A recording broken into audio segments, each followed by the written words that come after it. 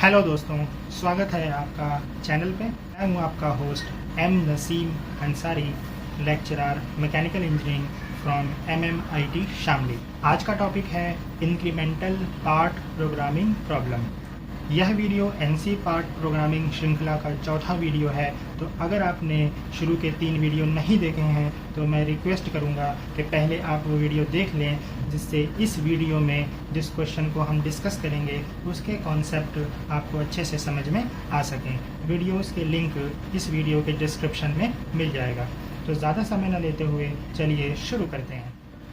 Screen पे आप एक क्वेश्चन देख सकते हैं जिसमें हमें इस क्वेश्चन का पार्ट प्रोग्राम बनाना है। अगर आपको याद हो तो हमने इस श्रृंखला की तीसरी वीडियो में इसी क्वेश्चन को एब्सोल्यूट प्रोग्रामिंग मोड में सॉल्व किया था और इसका पार्ट प्रोग्राम लिखा था। आज की वीडियो में हम इंक्रीमेंटल पार्ट प्रोग्रामिंग से संबंधित इस क्वेश्चन को सॉल्व करेंगे और इसका पार्ट प्रोग्राम लिखेंगे। इस क्वेश्चन में हमें एक वर्कपीस दिया हुआ है जिसमें एक रॉड का डायमीटर 30 mm है। इस रॉड को इस टूल से मशीनिंग करने के बाद कुछ इस शेप में हम लेकर आएंगे, जिसमें शुरू के 20 mm की लेंथ के लिए जो डायमीटर है वो 25 mm है। उसके बाद टेपर टर्निंग है जिसमें डायमीटर अगले 30 mm के खंड के लिए बढ़ के 25 से 30 mm हो गया है। और उसके बाद सिंपल टर्निंग ऑपरेशन है जिसमें 40 mm की लेंथ के लिए डायमीटर 30 mm रहेगा। वर्कपीस के अंदर जो सेंट्रल एक्सिस है वो इसके बीच से बिल्कुल पास हो रही है।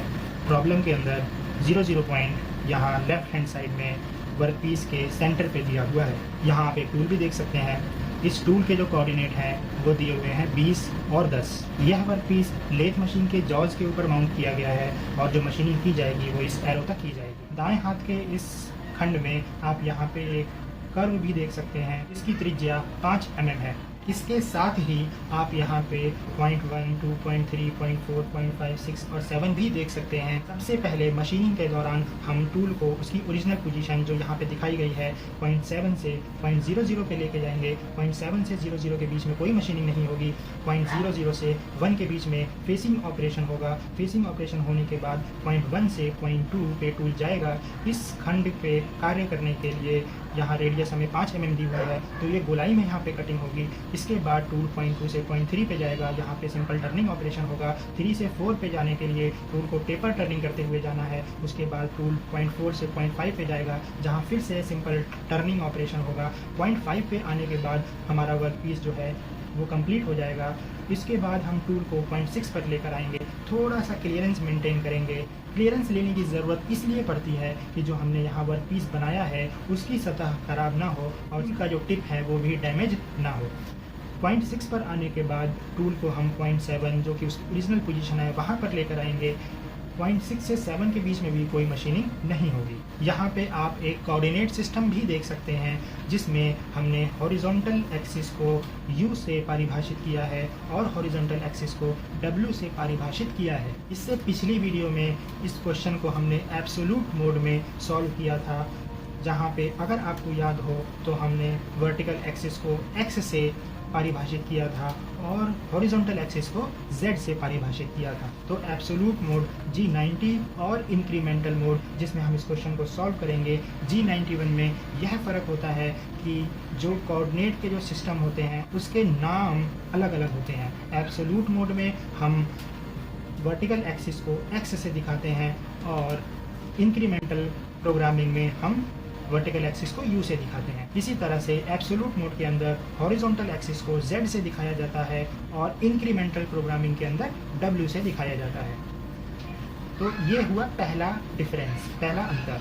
दूसरा और सबसे मेन अंतर ये होता है कि एब्सोल्यूट प्रोग्रामिंग के अंदर हम जितने भी पॉइंट हमारे यहाँ इस वर्कपीस में दिए हुए हैं सबकी गणना 0 पॉइंट से की जाती है। यानी कि 0.1, 0.2 या और जितने भी पॉइंट हैं वो सब 0 पॉइंट से कितनी दूरी पे हैं उसके आधार पे इनके निर्देशांकों को निकाला जाता है और पार्ट प्रोग्राम लिखा जाता है।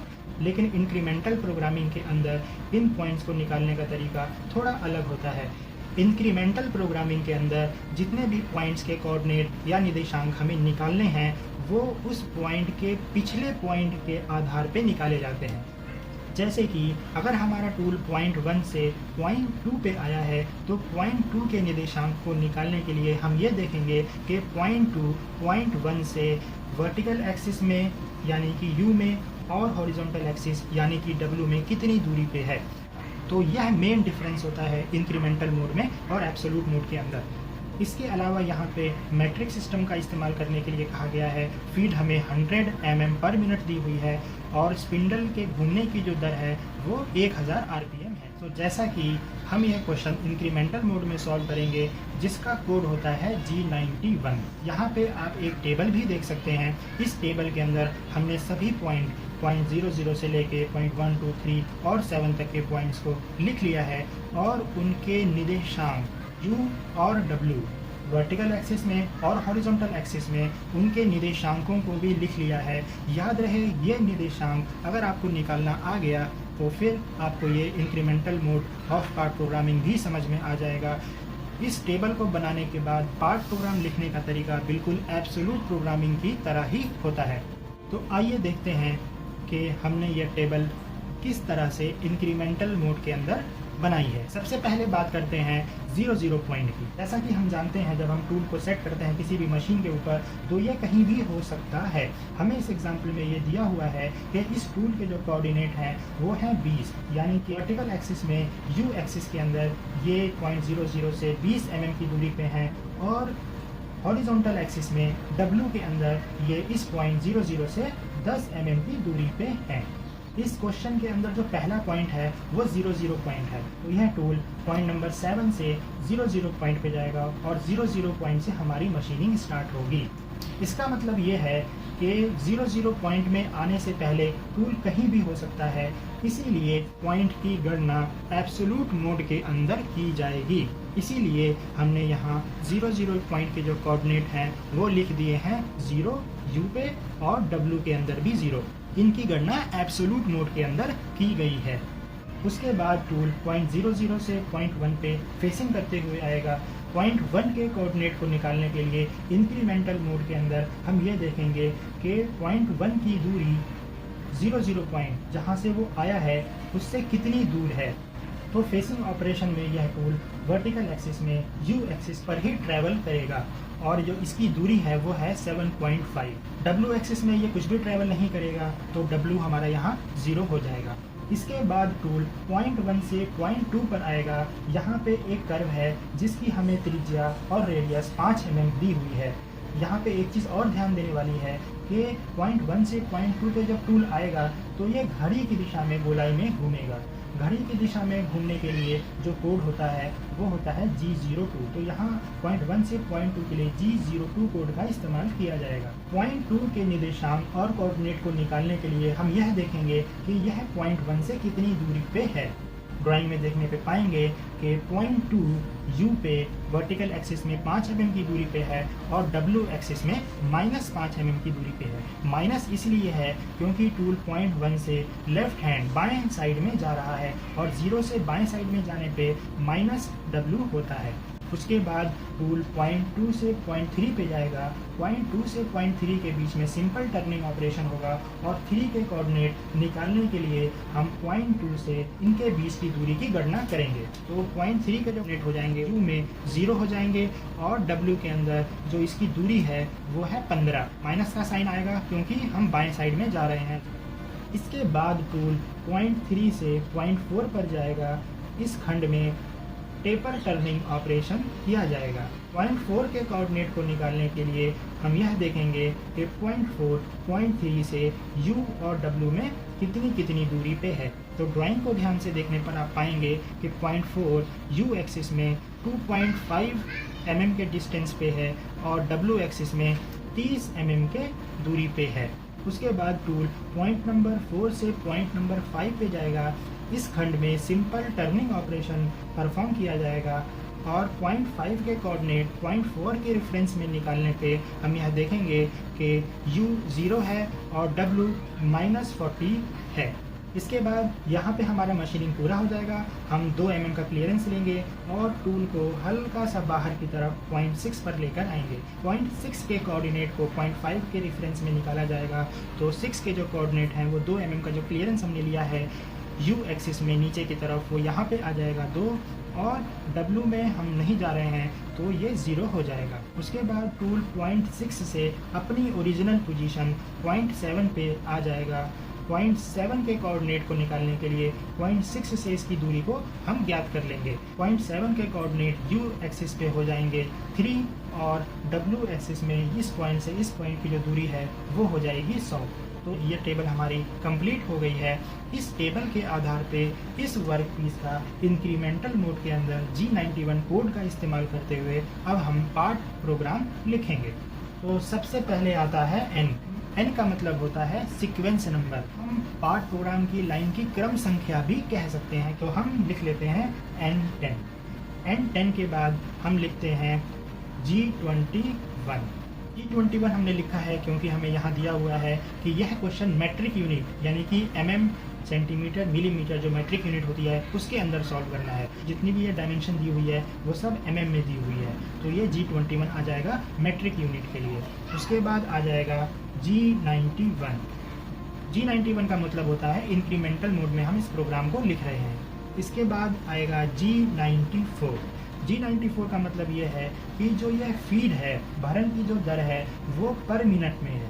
टोटल हमें फीड दी हुई है 100 mm पर मिनट। mm जो है वो हमने G21 से लिख लिया और पर मिनट को हमने G94 से सेट कर लिया। तो इस तरह से हमने मोड और सभी यूनिटों को पहली लाइन में कंप्लीट लिख लिया है। और इसके बाद इस ब्लॉक को बंद करने के लिए हम लिख देते हैं EOB end of the block. अब आते हैं प्रोग्राम की दूसरी लाइन पे। यहाँ पे हम लिखते हैं N20। इसके बाद हम लेथ मशीन के स्पिंडल को स्टार्ट करते हैं जिसकी हमें स्पीड दी हुई है 1000 RPM। तो स्पिंडल को स्टार्ट करने का जो कोड होता है वो होता है M03, और स्पिंडल की स्पीड 1000 वो यहाँ पे लिख लेते हैं। और इस तरह से इस ब्लॉक को भी बंद कर देते हैं। इसके बाद आते हैं प्रोग्राम की तीसरी लाइन पे। यहाँ पे N30 लिख देते हैं। इस लाइन में हम मशीनिंग के लिए कूलेंट को ऑन कर लेते हैं। तो कूलेंट को ऑन करने का जो कोड होता है वो होता है N08, और इस लाइन को, इस ब्लॉक को भी बंद कर देते हैं। उसके बाद हम आते हैं प्रोग्राम की चौथी लाइन पे। अब हम इस टूल को पॉइंट 7 से पॉइंट 00 पर लेकर जाएंगे। पॉइंट 7 से 00 के बीच में कोई मशीनिंग नहीं होगी। तो यहाँ पे जो कोड हम इस्तेमाल करेंगे वो इस्तेमाल करेंगे G00 रैपिड पोजीशनिंग का। हम टूल को पॉइंट 7 से पॉइंट 00 पर लेकर आ रहे हैं, और जो 00 के जो कोऑर्डिनेट हैं वो यहाँ टेबल में हैं 0 और 0।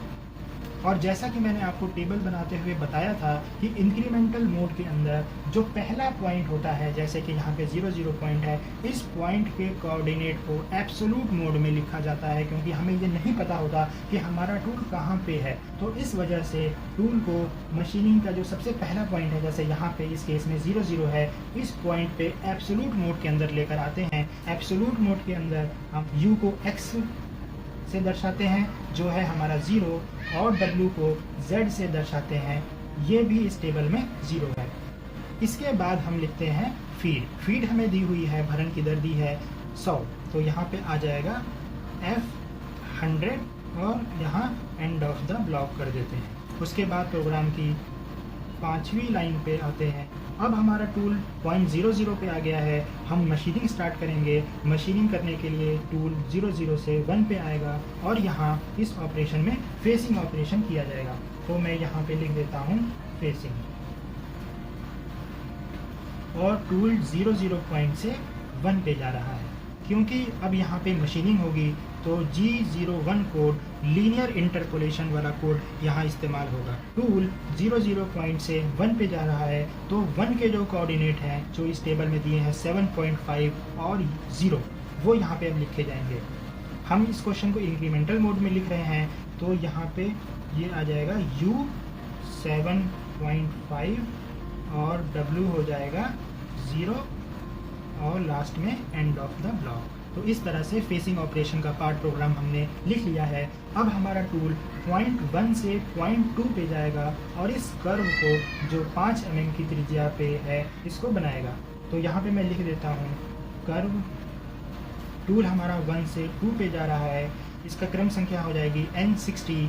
क्योंकि यह टूल गोलाई में जा रहा है और घड़ी की दिशा में घूमते हुए जा रहा है, तो सर्कुलर इंटरपोलेशन G02 कोड का यहाँ पे इस्तेमाल होगा। पॉइंट 2 के जो कोऑर्डिनेट हैं वो इस टेबल में दिए हैं 5 और -5, तो U हो जाएगा -5, W हो जाएगा -5, और इस कर्व की जो हमें त्रिज्या दी हुई है वो है 5, तो यहाँ पे हम R5 लिख देंगे और ये एंड ऑफ द ब्लॉक कर देंगे। इसके बाद टूल पॉइंट 2 से पॉइंट 3 पे जाएगा। इसके लिए टूल सिंपल टर्निंग ऑपरेशन करेगा, तो यहाँ पे मैं लिख देता हूँ टर्निंग। टूल पॉइंट 2 से 3 पे जा रहा है, यहाँ पे हो जाएगा N70। टूल सीधी रेखा में जा रहा है तो कोड हो जाएगा G01।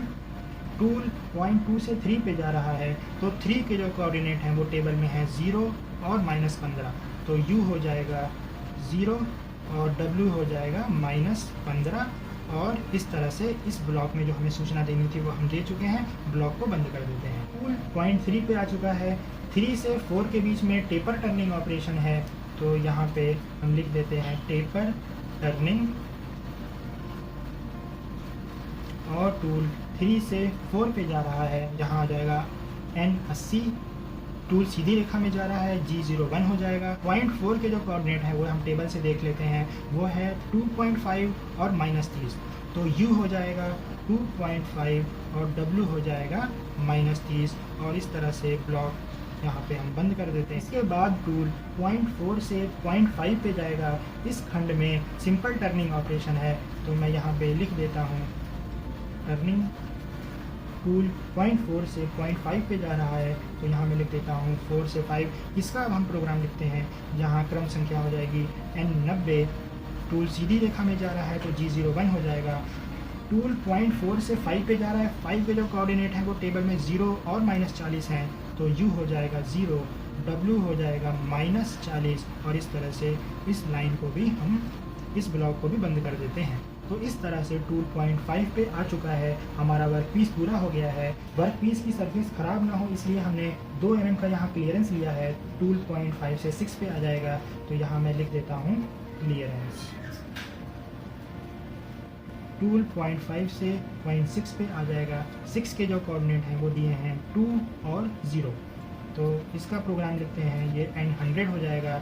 क्योंकि हमारी मशीनिंग पॉइंट 5 पे पूरी हो गई है, 5 से 6 के बीच में कोई मशीनिंग नहीं हो रही है, तो यहाँ पे हम कोड इस्तेमाल करेंगे G00 रैपिड पोजीशनिंग का।